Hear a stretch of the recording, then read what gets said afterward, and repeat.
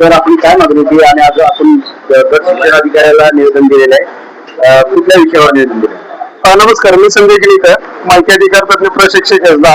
मी आज निवेदन आपल्या अकोट तालुक्यातील जे बबला मधून प्रकरण बघितलं आम्ही, तर त्या प्रकरणाच्या अनुषंगाने सोलापूर जिल्ह्यातील जिल्हा परिषद प्राथमिक शाळांमध्ये स्वच्छता ऑडिट आणि विद्यार्थ्यांना सुरक्षित स्वच्छ व आरोग्यदायी शैक्षणिक वातावरण उपलब्ध करून देण्याबाबत निवेदन दिलेलं आहे.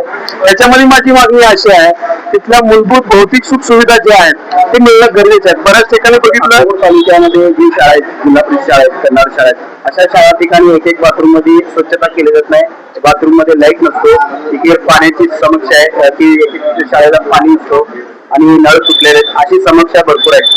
तुमचं काय म्हणणं? बऱ्याचशा शाळांमध्ये अकोट तालुक्यातला रेसर कनेक्शन्स नाहीत. पहिली गोष्ट, याचा अर्थ काय, तिथं लाईट नाहीये. दुसरी गोष्ट, पाण्याच्या कनेक्शन नाहीत. तिसरी गोष्ट, संडास बाथरूम वगैरे तिथं लाईटच नाहीये, पाणी नाहीये, तर ते संडास बाथरूमचा वापर कुठे होतोय? आणि जिथं संडास आहेत तिथून खाली त्याच्या खाली सुख सुविधेचा अभाव आहे. जे काही संडास, आता मी गेल्या वेळेस माझ्या नावाला सांगितलं होतं, संडास आहेत पण खाली होल नाहीत, अशा पद्धतीचे संडास तिथे बसवलेले आहेत. ते फक्त नामदारी संडास आहेत, नामदारी तिथं भौतिक सुविधा आहेत, ते काहीच करत नाही. आणि परिणामी काय होतं, शाळेभोवती गवत, कचरा, साप, विंचू वगैरे. आणि मी पालक कमिटी, जी शालेय पालक कमिटी समिती आहे, त्यांना पण आवर्जून मी सांगतो की ही पहिली गोष्ट पालक म्हणून तुम्ही निर्देशनास आणून दिला पाहिजे. लेखी तक्रारी तुम्ही मागणी अर्ज तुम्ही केला पाहिजे. अंगणवाडीच्या भौतिक सुविधा आजपर्यंत बऱ्याच ठिकाणी उपलब्धच नाहीये.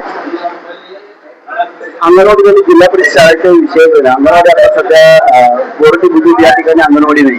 अंगणवाडीमध्ये जे मॅडम आहेत ते म्हणजे सध्या औरामध्ये जे वस्ती आहे, वस्तीवाडी वस्ती आहे, त्या ठिकाणी विद्यार्थी घेऊन शिकवतात. याच्या विरोधात मी एक अंगणवाडीच्या अधिकाऱ्यांना भेटलो होतो अंगणवाडी, तर तिथे कुठले वर्ग नाही, काय नाही, अशा ठिकाणी पण घेऊन बसतात. धोकादायक असल्यामुळे बसवावं लागतं ना. बऱ्याच ठिकाणी अंगणवाडीच नाही ना. अंगणवाडीला जर निधी तुम्ही कमी देताय, अंगणवाडीला निधी देताय 6 लाख आणि 7 लाख आणि 8 लाख, होत नाही, बांधकाम नाहीये तिथे. त्या ठिकाणी मी माझं गाव किनीमध्ये तुम्हाला सांगतो, प्रलंबित आहेत 2-2, 4-4 बांधकाम आधी एका ठिकाणी केलं जातं. कोपऱ्यातली सगळी मुलं एका ठिकाणी याच्यात लांबवर प्रवास करून आल्यासारखी ज्या त्या झोन मध्ये अंगणवाडी झाल्या पाहिजे, ते स्ट्रक्चर तिथं उभं राहिलं पाहिजे, पण राहत नाही. 3-3 वेळा आपण निधी वाढवलेला आहे तिथं.